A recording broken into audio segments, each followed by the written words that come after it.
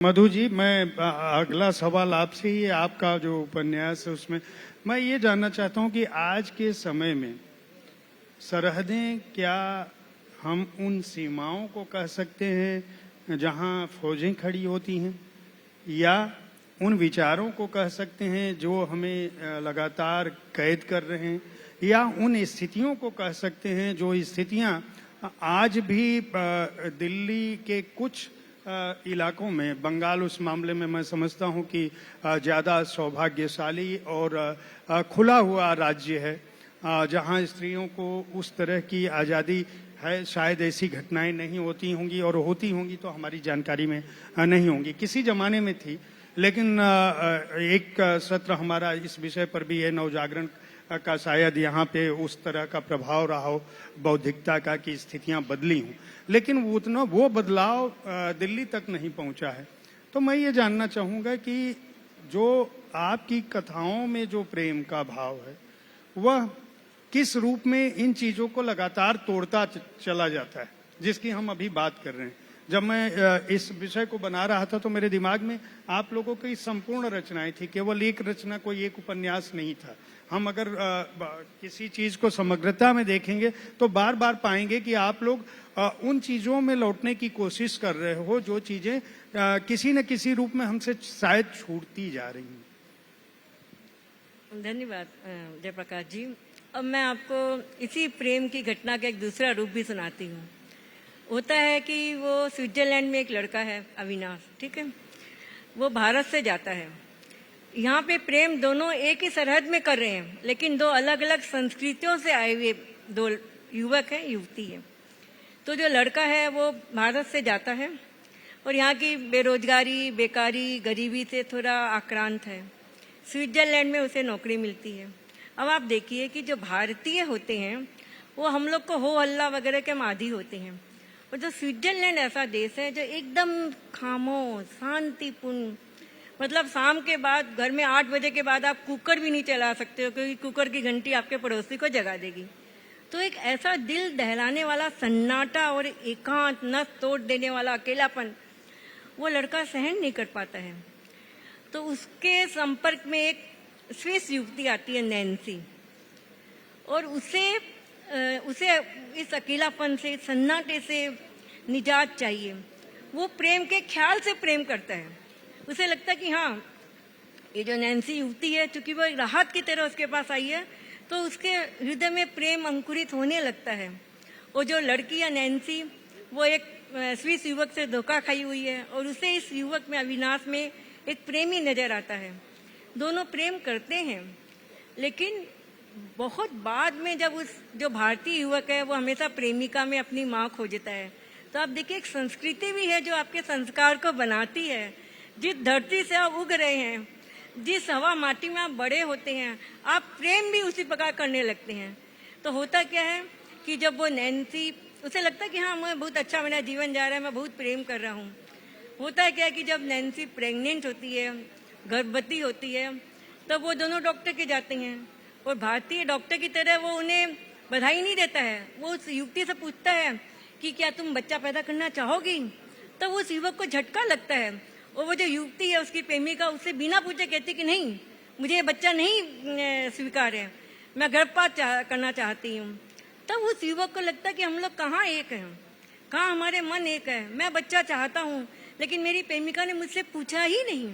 तब पहली बार से लगता है कि जिसे मैं प्रेम समझ रहा था वो प्रेम नहीं था, वो हार्मोन्स का उबाल था, वो एक भक्ति आवेग था। और तब उसे समझ में आता है कि मैं जो घर बना रहा था वो घर भी नहीं है, क्योंकि घर वह होता है जहाँ कोई आपका इंतजार कर रहा होता है। लेकिन वो युवती, वो एकदम आजाद ख्याल की युवती है, उसकी संस्कृति अलग है।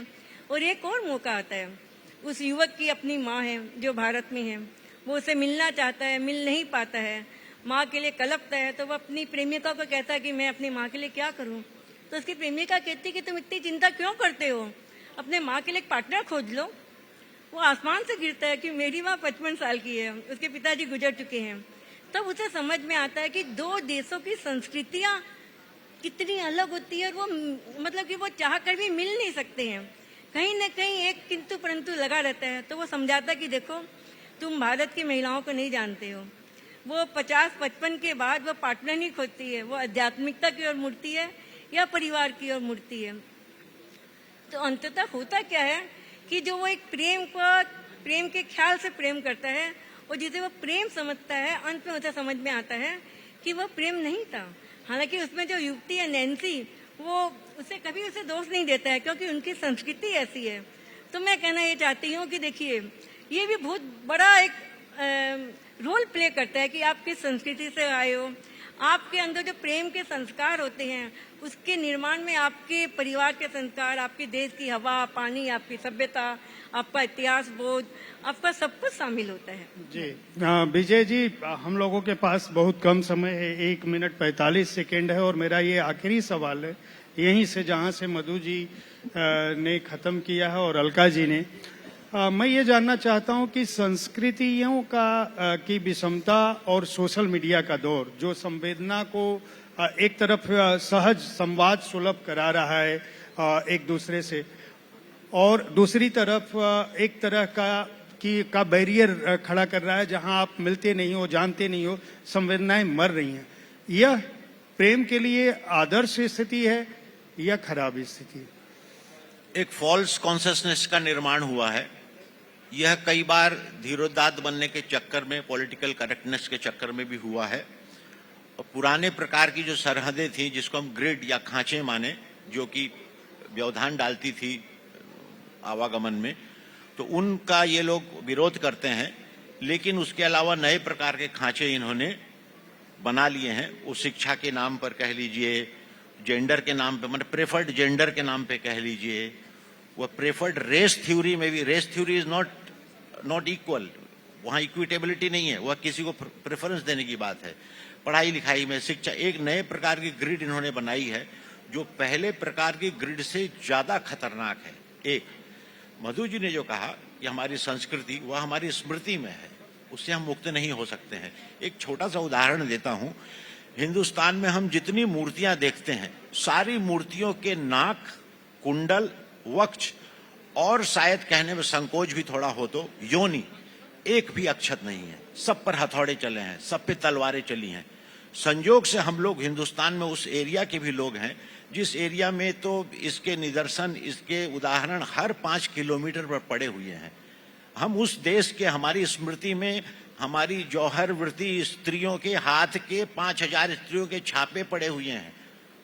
जब तक प्रेम की पुनर्प्रतिष्ठा अगर चाहते हैं तो उस जौहर वृत्ति स्त्रियों की राख को पुनर्प्रतिष्ठित अगर नहीं कर पाते हैं तो प्रेम की बात झूठी है, बेमानी है, नकली है, बल्कि मैं कहूं कि फ्रॉडबाजी है। और एक मिनट में सर मैं अपनी बात कंप्लीट कर लूं। सरहद पार अगर होना है, अगर बॉर्डर को ट्रांसेंडेंट करना चाहते हैं, तो इस सदी ने जो बॉर्डर बनाए हैं, यह जो स्त्रियों के नाम पर, शिक्षा और गवर्नमेंटी नौकरी के नाम पर, इगैलिटेरियन के नाम पर, इमेंसिपेशन के नाम पर, यह सब फॉल्स कॉन्शियसनेस है। ये शब्द खोखले हैं या इनके भीतर हमने अपने मन मर्जी से कुछ कुछ अर्थ भर दिए हैं। जहां पर कि देखिए, मैं एक वाक्य में बात खत्म करता हूं कि इंडिपेंडेंस बड़ा मूल्य है, आजादी बहुत बड़ा मूल्य है, लेकिन इंटरडिपेंडेंस भी उससे छोटा मूल्य नहीं है।